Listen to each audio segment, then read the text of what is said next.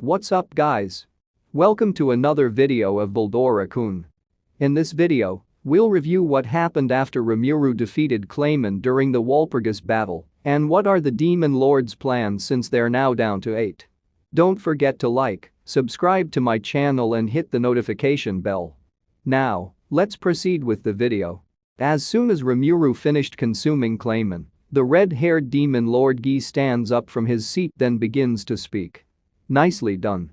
I will approve you to use the title of Demon Lord in the future.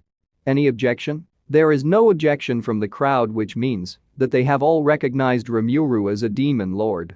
Rimuru disengaged from the battlefield and Ramrus went to Rimuru. Ramrus said to Rimuru, "I knew Rimuru could do it when he gets serious," then added that she wanted Rimuru to study under her in the future. Rimuru said he'll pass, but Ramrus insisted Rimuru to be her student. Milim responds to Ramrus proudly, "Rimuru is my bestie. He doesn't seem willing to get along with you now." Ramrus and Milim continued to tease each other. Meanwhile, Veldora began to chat with Demon Lord Dagrul. Veldora seems to be showing off by discussing about his current training of surpassing aura and pointed Rimuru as an example. Dagrul agreed and said Rimuru's burst of magicule is impactful, yet he concealed it so perfectly. Dino seems to have lost interest once the battle was over and says this in a bored tone, "Oh well, that's cool I guess." Rimuru thought that Dino is quite hard to read, but at least he seems to recognize Rimuru as a fellow Demon Lord. On the other hand, Leon acts as if it's none of his business. He says, I'm not interested in whoever becomes Demon Lord. You guys can do whatever you want." Frey and Carrion doesn't seem to object either. Which means there's only one person left. Demon Lord Valentin took a heavy step forward and starts to disagree. He insulted Rimuru as a lowly slime and would never agree to him being a Demon Lord. He looks down at Rimuru and glared. Rimuru decided to ignore him because even when Valentin voted against him, the majority votes approve him being a Demon Lord. Veldora laughs at Valentin and responded, "Silly brat, how dare you insult my friend." Then Veldora turned to Valentin's maid and said, "Hoi, Milas, your underling is quite rude to his superior, should I teach him a lesson for you?" Rimuru is surprised with Veldora's behavior towards Valentin. Then the maid responded to Veldora with a cold expression, "What do you mean by that? I'm just a loyal maid to Demon Lord Valentin-sama."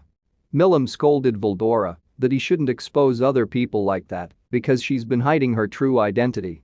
Rimuru realized his guess was correct, that the real Demon Lord is the beautiful girl wearing maid suit. Milas stared at Milim coldly, and Milim seems to have realized and begins to awkwardly whisper. Milas glares around her surroundings and her eyes tell that she wishes to kill everyone present to dispose of the witnesses, but luckily, Milas decided to give up the idea and responded to Veldora. She scolded Veldora for always ruining her work every single time and said, "Also, did you even forget my real name? You sure are irritating." But added, "Enough. You may call me Valentine." She announces to everyone with so much displeasure. She released her immense amount of magic and changed her appearance by replacing her maid suit to a luxurious black gothic dress. A girl with heavenly beauty appears in front of everyone. The male Valentine and the female Valentine's difference in strength is heaven and earth. "Roy, you can go back first." Valentine ordered the current Demon Lord and explained that there's no point for them to keep acting now that they have been exposed in front of so many people. Demon Lord Valentine ordered Roy to go back on their country because she sensed that Clayman has something to do with the pest that invaded her territory. Perhaps Clayman is trying to find out more about the unknown domain of Valentine. It would seem that Clayman has been meddling in other people's business all this time, no wonder he is disliked so much. As such, Valentine returns to her Demon Lord throne once more. Rimuru took the round table out from his stomach and placed it properly. The Demon Lords return to the round table while the two maids working for Guy begin to serve everyone with red tea. Leon recalled something, and it's the name Kazarium. He said it was familiar. It is the Demon Lord that he killed. Just a fact, after Leon defeated Kazarim, He ended up taking Kazurim's place within the 10 great demon lords and was officially recognized as a demon lord. They didn't know that Kazurim managed to survive by escaping with just his astral body and now occupies a homunculus body in the shape of a female elf and is now known as Kaagali. Having taken the new identity of, he began serving under Yuuki as a secretary while still influencing the world with the help of her subordinates from the moderate Harlequin alliance. Milim and the others seems to not remember the name Kazurim. Even Rimuru is curious as to where the name came from, and Wisdom King Raphael responded, "Answer, Clayman just called out to a number of people. One of the names was Kazurim." So Rimuru asked, "So what would be the relationship between this Kazurim and Clayman?" And Carrion answered, "Kazurim was the cursed king." Milim, "Didn't you and Kazurim recommend me to become a demon lord?" And Milim remembered who the person is by the name Cursed King. According to Carrion, Kazurim was an undead elf, just like Clayman. And it's the mutated species of elves that evolved through their own efforts. He heard that Clayman took Kazurim's territory, which concludes that they are connected secretly. Rimuru asked if Kazurim could also be still alive since he's an undead elf. He could have pretended a fake death and hid himself somewhere else. Then Carrion agreed that Kazurim is maybe still alive since he's capable. He's a much more difficult guy to deal with than Clayman, and he's a smart man. It's also talked that Clayman is also working against Demon Lord Leon. It's been heard that 200 years ago, since Leon became a Demon Lord, Kazurim likely wanted to have more companions within the Demon Lord rank, aside from helping Carrion and Clayman becoming a Demon Lord. That's why Clayman wanted to turn Orc Lord into a Demon Lord to help out and have more presence during the banquet. After a short break, the meeting once again held. Clayman previously hosted the meeting, but now since he's gone, Guy took his place and host the meeting. Guy repeated the issue of their meeting, which was the betrayal of Carrion and the rise of Rimuru, but now the issues have been resolved because Carrion never betrayed them and Rimuru has shown power worthy of the role Demon Lord. The meeting should already be done, but since it's a rare occasion, Guy asked if anyone wants to make a suggestion. Frey began to speak and asked a favor. She announced that today onward, she have decided to follow Milim's rule and give up her seat as a Demon Lord. Everyone is shocked due to this announcement, but Frey explained that she has been thinking about this for some time now and started to recall her conversation with Milim. Milim asked Frey if she would like to be her friend, and Frey is curious, why did Milim ask her this question? Milim explained that she made a friend like Rimuru and that friends are really amazing, they help each other out all the time. Frey responded that if Milim is willing to help her, then she would be her friend and Milim agreed. Frey added that if Milim will follow a promise then she will trust her, and Milim replied, "Alright, I know. Then we can be friends together."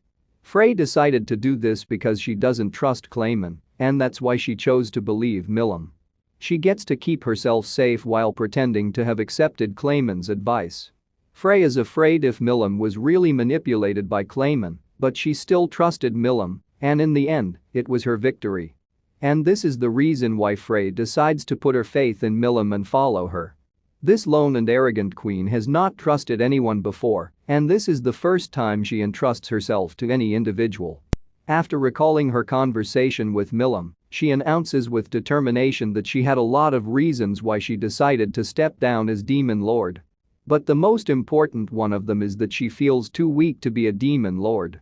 After witnessing the battle, she was convinced that even if she goes to fight against Clayman, she could barely manage to make it draw in the end. She couldn't have won. Daggerel tries to defend her by saying that Frey is good at high-speed aerial combat, so she doesn't need to look down on herself like that. But Frey seems determined, and also, she wants to look over Milim, since Milim needs to learn how to run her own territory now. Milim was about to reject Frey, but Carrion joins the conversation. "I, too, has lost to Milim during a duel. I think life is all about being straightforward, so I want to surrender to her." He said and explained that they have the same title as Demon Lord. It's a different case when fighting against a chosen hero, but now he has lost to another Demon Lord, so he wanted to step down. He will be Milim's subordinate now. He then said to Milim, "Please take care of me, boss." Milim is surprised again and tried to excuse herself to Carrion that the duel was all Clayman's doing and that she was manipulated. But Carrion argued that Milim is lying, and she even confidently said, "It's impossible to manipulate me," to everyone. Milim was really annoyed with Carrion and Frey nagging her, but in the end, she agreed. "Alright, whatever you guys want," she said. After confirming, Guy announced to everyone, "Very well. From now on, Frey and Carrion are no longer demon lords. You two can go serve Milim as you desire." And so it concludes that Rimuru has been approved and inaugurated as demon lord. He eliminated another one, which is Clayman. And the retirement of Carrion and Frey, who decided to be Milim's subordinates. The 10 great demon lords are now 8 great demon lords.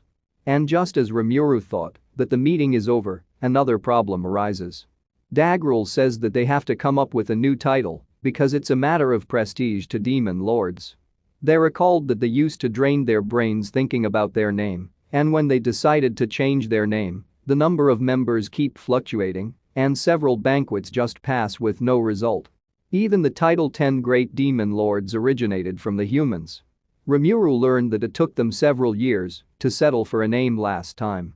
But as they were halfway through, the humans began to call them 10 Great Demon Lords. And so they decided to use the title officially, but not everyone was fine with how it sounded. Ramrus was about to suggest the name 8 Great Demon Lords, but was interrupted by silence, which means that everyone seems to be against the title 8 Great Demon Lords. However, someone suddenly appeared to break this awkward atmosphere. "Oh. If that's the issue, my friend Rimuru is pretty good at it," Veldora announced. Now, all the demon lords' eyes are fixated on Rimuru like they're waiting. Ramrus also agreed, because Rimuru also named her Beretta super fast. Now, the rest of the demon lords are looking at Rimuru with expectation. Guy stood up and said, "Rimuru, the newly risen demon lord, today I shall grant you an epic special privilege." Rimuru attempted to reject Guy, but the giant round table in the middle of them was cut into half by someone. Guy walked towards Rimuru, pinches his cheek, and proclaims that Rimuru must create a name for them because it's a privilege and a great honor. Rimuru is speechless, and Guy starts to push against Rimuru's cheek hard with his fingers while biting Rimuru's ears and whispers, "By the way, aren't you the one causing our layoffs of members today? You will take responsibility and help think up a name now, won't you?" Rimuru had no choice but to agree and warned them to not complain if they won't like the name he'll make.